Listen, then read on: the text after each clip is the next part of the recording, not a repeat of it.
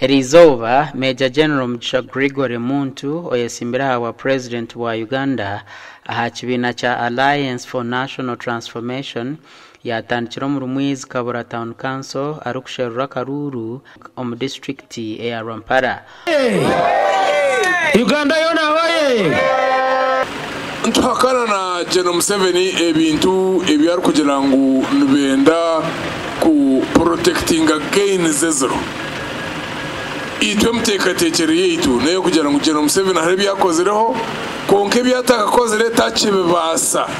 akabiro kuhumura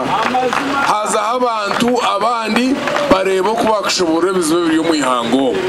ogu yagambo kwa rukwenda kubuture by'entambura ebyo buhinji no burisa ebyamakorero nebyamagara omuyihanga mu Uganda za Buganda za Bunyoro za Nkahi abantu bagatana handa ahubwo bizo by'amataka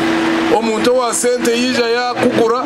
ninga yatware takari yawe arikwenda kuriyanga tansa numuzo mukoti koti numbaza kumara myaka 5 8 10 12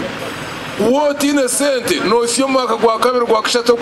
kwikwanjerita kari yawe no wamu yagera ho rundi rutera no mu Ruribogo Nyihanga na Kinoni kandi uko yayereko kwatwaho ahabo bushomankusi obwari kugira ngo bushenshe iri hanga abantu biba bagumana bari yabutara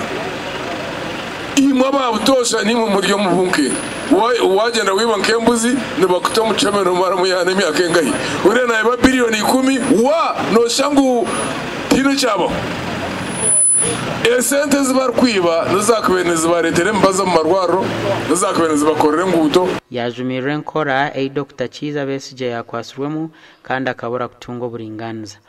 niye nambabuze mbwerimo abantu aba kabura ati we bakwata muntu kogo bamwigatara mucome bahuna mababergo ngwabwa amana gamwe na police ebiri iyo wakabura bakukwata obundi tore no muntu no kumanya ngo yakwirukangaho nobote